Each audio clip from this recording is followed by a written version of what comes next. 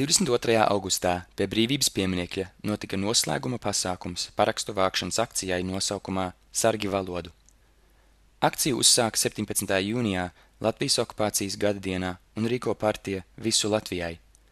Līdz šim jau 18,000 paraksti ir saņemti par stingrāku valodas likumu uzņemšanu Saeimā.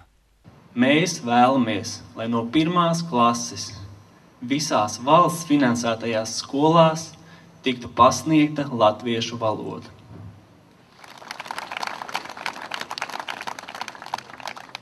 Klātesošie bija vienoti par Saeimas atbildību valodas saglabāšanā. Praktiski mēs visi esam par to, ka valodu likumam jākļūst daudz stingrākam un ļoti stingram jābūt arī šim mehānismam, kas notur latviešu valodu, kas aizstāv latviešu valodu un kas pastiprina tās lomu un vispār visās sfērās.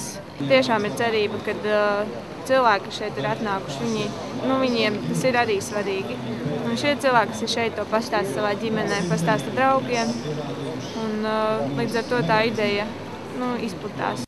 Starp klātesošajiem arī bija Narvisena darbiniece Dace Kalniņa, kur saņēma no pasākumu rīkotājiem atzinības rakstu par savu latviešu valodas aizstāvēšanu. Atzinības rakstā ir vēstīti vārdi, kurus citādāk izteikt vienkārši nav iespējams, par drosmi un pašaizliedzību latviešu nacionālo interešu aizstāvībā. Kā redzam, lai aizstāvētu latviešu nacionālās intereses, nav jābūt politiķim, ir jābūt vienkārši latvietim ar sirdsapziņu. Par to arī paldies Dacei.